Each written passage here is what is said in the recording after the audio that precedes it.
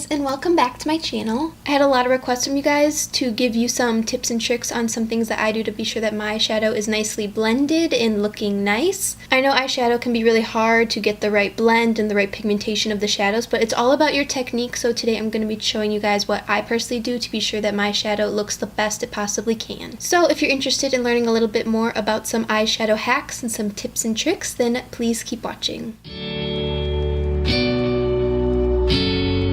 So the first thing you want to assess is what type of eyeshadow you're going to be doing. Are you going to be doing a natural look for school or work? Are you going to be doing a more dramatic look for prom or going out to the club? You really just have to decide what kind of eyeshadow look you're going to do. I usually tend to do my face first if I'm planning on not really wearing a lot of eyeshadow because I'm not really worried about the fallout. But if I am going to be doing a more glam look with a lot of glitter and a lot of opportunities for there to be fallout on my face, I tend to do my eyes first. And that just ensures that your makeup looks a lot more clean when there's not a bunch of fallout all over your skin. So yeah, definitely always have a plan of where you're going with your eyeshadow look and what you want the end result to be. Another thing that you want to be sure of is that the whole eye space that you're going to be working with is cleaned off. So I usually tend to use baby wipes because they're a cheaper alternative to makeup wipes. So I'll usually just go over my eyes with a makeup wipe just to be sure that there's no residue of any mascara or lash glue from any previous looks that I've done, just to be sure that we have a clean base to start out the eye look on top of.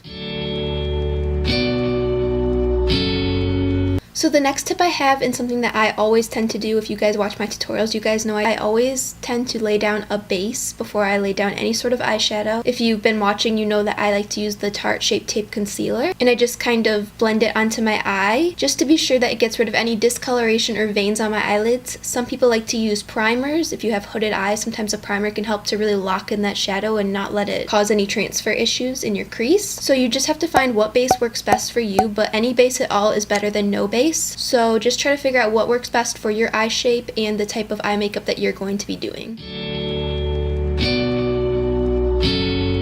So if you are using an eyelid primer, you might be able to skip this step, but I know for me, I use concealer, so I usually tend to set that concealer with some sort of powder. I recommend using a powder that's close to your skin tone. You can either use some translucent powder that you use for your face, or you could use an eyeshadow that looks similar to your skin tone. For this tutorial, I just ended up using a shadow from my Tartelette palette. It's just a really light, creamy shade that kind of suits my skin tone and blends in. I usually tend to just kind of brush this all over the eyelid area up to my brow bone, just to ensure that the shadow that has a nice base to blend on top of. So when I'm setting my concealer, I usually tend to pick up a sort of fluffy brush to set it. You can use pretty much whatever you want, but I just find that a fluffy brush works best for me. I'm just using this no-name brand brush that I got so long ago. I know they have similar ones on Amazon that you can find, but any really fluffy brush with a little bit of denseness to it so I can really pack the shadow on there. It's really important, obviously, when you're setting your concealer that you don't want it to crease or cause your shadows to look distorted in any way, because I feel as though the more dense the brush is, the more it actually packs on the color. So I definitely recommend setting your eye base with some powder to ensure that the blending is seamless and you do not have any patchiness in your shadow whatsoever. So the most important thing to remember when doing your eyeshadow is to start from the lightest color and work your way down to the deepest shade. What I do is I'll take a light browny shade usually to start out any sort of neutral look. It depends on what kind of look you're doing. Say you're doing something orangey, you could start with a yellow. If you're starting with a purple look, maybe you want to start with like a pink. You want to do a lighter version of the color that your look is based around so that it fades nicely and you have a good gradient in your eyeshadow look. A good gradient is what really pulls a look together and makes it look super seamless and complete. So for the example look I'm showing you guys, I just took a light brown shade from my Jaclyn Hill palette, and I'm just working that into the crease with windshield wiper motions and kind of swirling it too, just to be sure that it's diffusing nicely into my crease and I'm getting as much pigment out of the shadow as I can. So yeah, definitely just keep your brush moving and try to diffuse that color as much as you can into the crease, as this is going to be your first shadow shade and you want to be sure that all the other colors blend seamlessly into that color. When I'm blending colors in my crease, I usually tend to go for a more fluffier brush. because it is the base shadow. I don't have to be super precise with it at first. The one that I'm using in this look is actually called the Morphe M412 brush. It has a nice dome tip to it, and it's really fluffy, and it's not super dense or anything, so it's really good just to get that nice blend into my crease and diffuse the shadows really nicely. Any sort of fluffy brush will work best for your first crease shade. So then I start to become a little bit more precise when I'm getting into the next shade going into my crease area. So I'm going to pick up the Sigma E25 blending brush. It's kind of flat, but it has a little bit of fluffiness to it, if you can see that. And it's really great for just getting right into my crease area and hugging that crease and without being too fluffy and getting the shadows everywhere. It's a little bit more precise with being that it is kind of flat. So this brush is really great for being a little bit more precise when getting into your crease area and not overtaking that whole area that we just laid down that first shadow, but instead just laying down the second shadow, giving us that next extra pop of color that we're adding to our makeup look. And I'm really just being sure that I don't cover up that first shadow, but instead blend the shadow into that shadow. So when I start to get into the deeper shades to add depth into my crease, I tend to go for a tiny brush that can give me the precision that I need. So for this look, I ended up using the Essential Crease Brush by Real Techniques. It's really tiny and fluffy, so it'll diffuse that color, but still keep it centered and in the area that I'm setting it down and where I want it to be. It's definitely important to pick up smaller brushes when you're getting deeper into the darker colors in your looks, especially when you just want to add a little bit of drama in the outer corner. You don't want to be picking up a huge fluffy brush because then the color is going to go everywhere and it's going to be really hard to clean up, and in the end it's just really going to make your eyeshadow look messy. So it's best to just use smaller brushes the deeper that you get with your eyeshadows. It keeps everything looking super precise and cleaned up in the long run.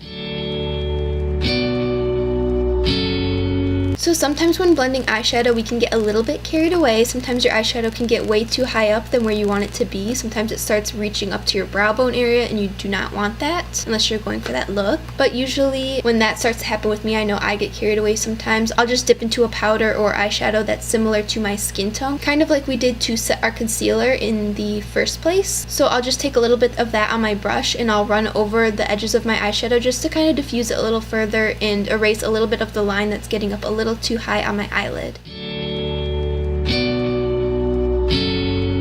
Another thing to keep in mind when doing your eyeshadow is to notice what type of pressure you're using when you are blending your eyeshadow. So usually when I'm blending my eyeshadow, I usually hold my brushes like a pencil, like this. And I will press as lightly as possible, because if you press too hard, all your eyeshadow is just going to fall off of your brush and be stuck in that one area that you set it down. But if you go lightly, you will lightly disperse the color slowly and you'll have more control overall when doing your eye look. So really try to just keep a light hand when doing your eyeshadow and work up slowly into building up the pigment. You don't have to press down and add a whole bunch of pigment initially. You just want to be sure that you're working up slowly and not getting too carried away.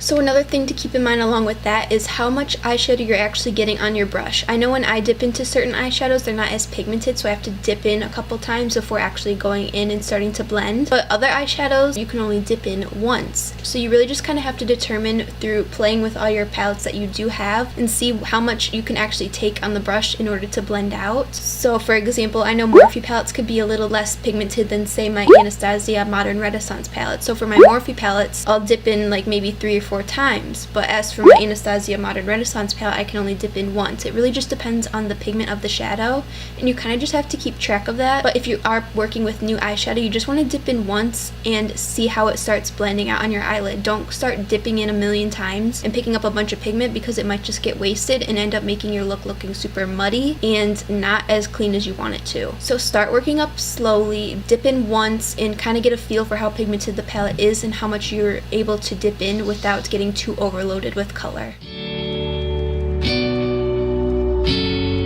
Can add pigment slowly as you go. So I'll usually set down one color first, and then I'll go in with my second shade, and then I'll go in again with the first shade just to be sure that those two shades are well blended. And then when I go into my third shade, my darker shade, I'll start blending that into my outer corner, and then I'll go in with the previous shade just to be sure that those are well blended, if that's making any sense to you. You really just want to be sure that everything is blending into each other seamlessly, so it's okay to go back in with any colors that you're using. It's important to build up your look, because I know for my looks, I usually end up dipping into the same shadows 3 or 4, maybe even 5 times. It really just depends on how intense and colorful I want the look to be. So it's okay to just keep dipping in and building up that pigment as you go. It's easier to slowly build it up than to take away. As you can see here, I'm just going back in with previous shades to kind of build them up and be sure that they're at the full capacity of pigment that they do have.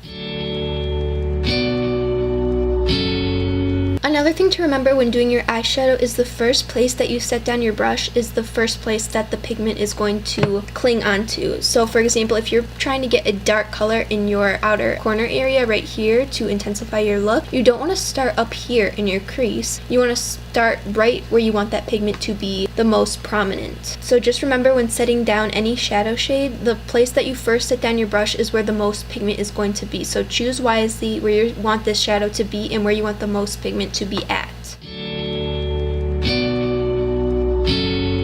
And the last tip, as always, is to just always remember to keep blending. You might think that your look is done, but I promise you, just before you think you're done and you think everything is blended out, just blend one more time just to be sure that everything is seamless. And in the long run, it could really save you from having some very unblended edges. I know that sometimes I think that my look is super blended out and perfect, but I'll go back in and look after I've added my face makeup or my highlighter and whatever, and I'll be like, oh, this corner needs to be cleaned up. So it's really just important to be aware and always just keep blending. So the last thing to remember when looking for tips about your eyeshadow is that everyone starts somewhere. Don't get discouraged by all the looks you see online and how good some people are with their blending. Everyone has to start from square one. I know I did. It took me a couple of years actually to get to where I am now with my eyeshadow blending, and I still have room for improvement. So just remember that no one's perfect. There's always room for improvement, and practice is the key to getting better. You just sit down whenever you have time and play with any eyeshadows that you have, any brushes. It takes time, patience, and all around just dedication. So just keep practicing, stay positive, and you will get to where you want to be eventually. And I wish you good luck. So I think that is everything for this video. I hope that you guys could learn something from my little tips and tricks that I use when I do my eyeshadow. If you have any other things that you want me to focus in on and teach you a little bit more, I'm always open to it. Just let me know down below. Don't forget to like and subscribe if you did enjoy, and don't forget to turn on the notification bell to be notified right when I upload. So yeah, thank you guys so much for watching, and I will see you in my next video. Bye guys! Where are you going? So fast tonight. Have you ever